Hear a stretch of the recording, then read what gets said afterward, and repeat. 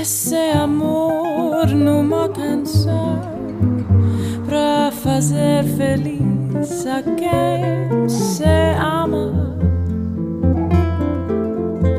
Muita calma pra pensar e ter tempo pra sonhar.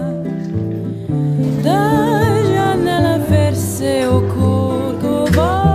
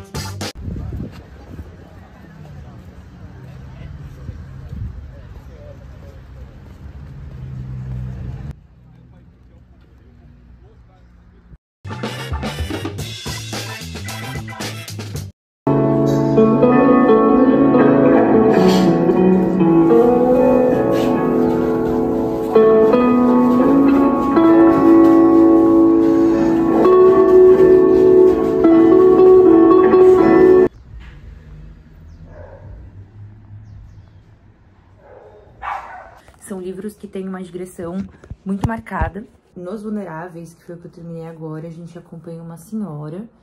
O nome dessa senhora a gente não sabe muito bem.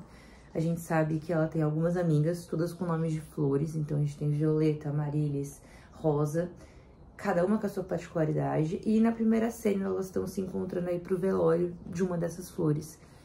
E o discurso ele é bem sem uma linha expressa. Então, elas vão rememorando o passado, elas vão construindo o presente, elas vão tentando mudar alguns pensamentos para o futuro. Todas elas, a gente não sabe a idade, mas a gente consegue entender que estão nessa terceira porção aí da vida. E assim que ela volta do funeral da colega, da amiga, o que acontece é que estoura a pandemia de Covid-19. Ela, tal qual a escritora, era uma moradora de Nova York. E elas pegam uma situação ali de se ver completamente sozinha, sem família, sem ninguém pra conversar, sem ninguém pra ficar junto. E aí, nesse meio termo, uma amiga de uma amiga resolve que poderia emprestar um apartamento e, em contrapartida, ela teria que cuidar do papagaio da amiga dessa amiga, que chama Eureka. E, enfim, ela vai pra esse apartamento. A princípio, ela acha que ela estaria sozinha, mas nisso eu tenho um outro rapaz lá, em torno dos seus 20 anos, que tá em crise, largou a faculdade, bem no início, assim, da transição da vida jovem pro início da vida adulta. E aquela relação começa a se moldar entre eles trocarem entre esse rapaz, o papagaio e essa senhora. E a gente fica o tempo inteiro ali, de um jeito muito peculiar, assim, as conversas que eles têm, o cenário, principalmente sobre a pandemia. Enquanto isso, ela resolve ceder o apartamento dela para uma médica que estava ali fazendo um trabalho voluntário. Então, a gente tem essa construção. É um livro bem reflexivo, mas muito gostoso de ler. Achei leve, apesar de trazer o cenário da pandemia. Eles vão falar de pessoas, vão falar da vida, mas sempre tendo um pouquinho de digressão no meio. Então você tem um jogo de palavras muito bem feito, você tem alguns escritores sendo constantemente relatados e relembrados, e é um livro que te convida a pensar. Assim, eu particularmente gostei muito.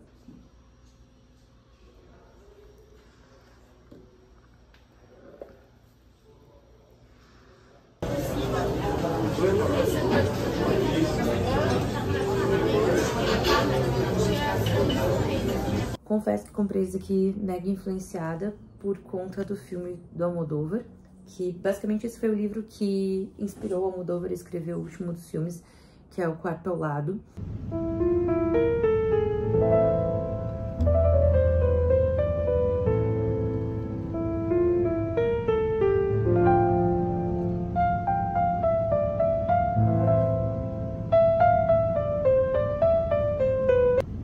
Então a gente tem uma história que é, de certa forma, bem fidedigna ao filme, tentando não dar spoiler aqui, mas a gente tem novamente uma personagem ambientada em Nova York, escritora, que tá lá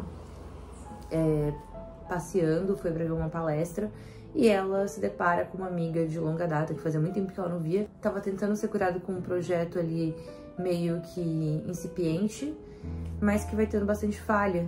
E aí, então, essa paciente, essa mulher, essa amiga, ela decide optar por não mais fazer o tratamento e ter os últimos dias da vida dela da forma, enfim, que ela decidiu. E aí vai conduzindo esse discurso todo. Novamente, a gente tem um cenário bem forte aí, tipo, entre mulheres, entre amizade, mas esse acaba levando pra esse lado mais do final da vida. Tem a questão da eutanásia, que é importante aqui, é destacada, mas novamente é um livro muito bem escrito, assim, inúmeras marcações. E eu acho curioso porque basicamente o título é o que você está enfrentando, né? Mas o livro, ele abre falando uma frase da Simone Weil, que originalmente é em francês, que fala que a plenitude do amor ao próximo é simplesmente ser capaz de perguntar o que você está enfrentando.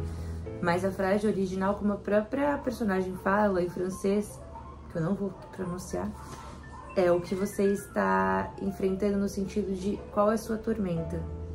Então, ela divaga bastante isso entre enfrentar e tormentar.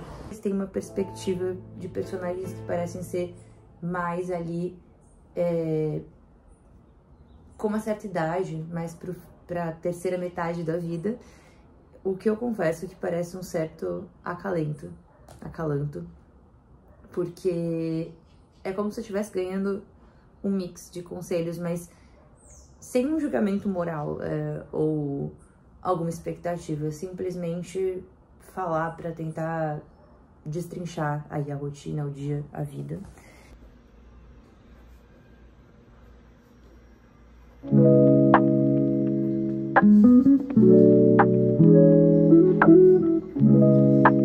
Com essa abordagem holística, entendeu? Porque a gente quer que uma Revela Nature, uma Springer, alguma coisa de Disorders, entendeu? Head and Neck, Oral Oncology, tá ok.